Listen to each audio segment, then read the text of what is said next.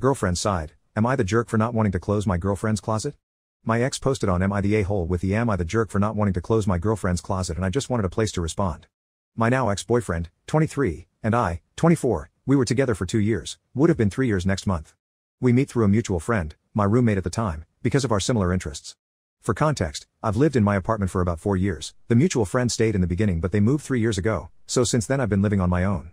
I was originally going to have my boyfriend move in with me once my lease ended, but of course, change of plans. So my ex posted on Am I the a-hole for leaving my closet door open, yet he missed very important details. One question that kept appearing was, why didn't I close the door even though I never leave it open?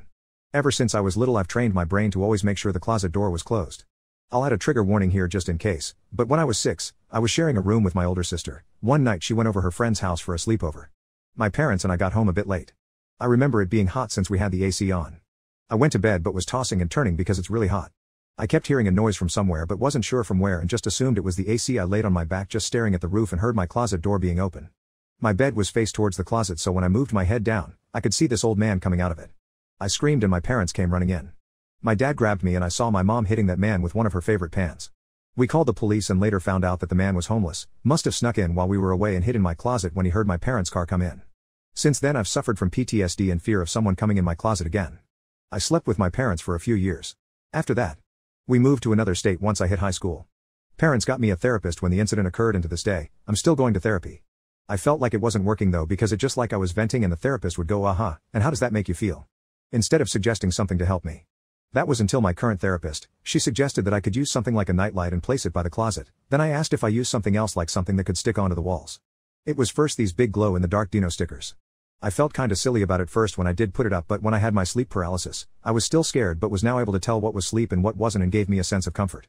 I changed the themes occasionally to dinos, planets, and now stars. For the past 7 years, it's worked for me. I moved out of my parents' home at 20 to live in an apartment with my friend who I meet in college. I only went for 2 years. I explained to her about my situation because we shared a room and there's only one closet. She understood me completely. She only ever left it open once when she came home from a night shift. She was remorseful and never did it again when she saw how bad I suffered from it.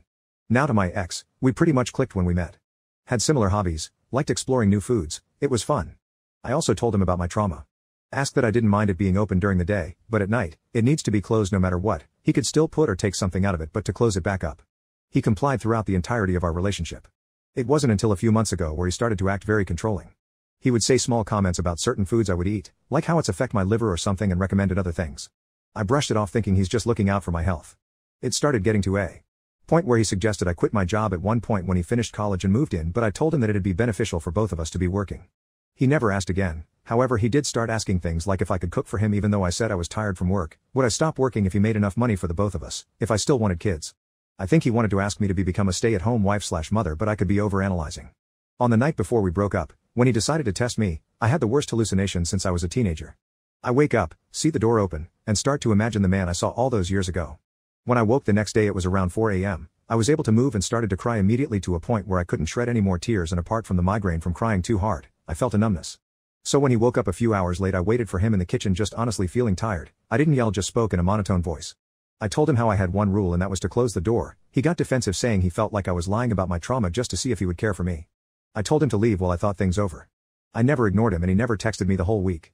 But now I know for sure that there's no saving this relationship. And you can get your stuff from your brother. I already told him what you did. So good luck. I'll be moving in with my sister out of town. I'm not renewing my lease. I just want to be with people who actually support me.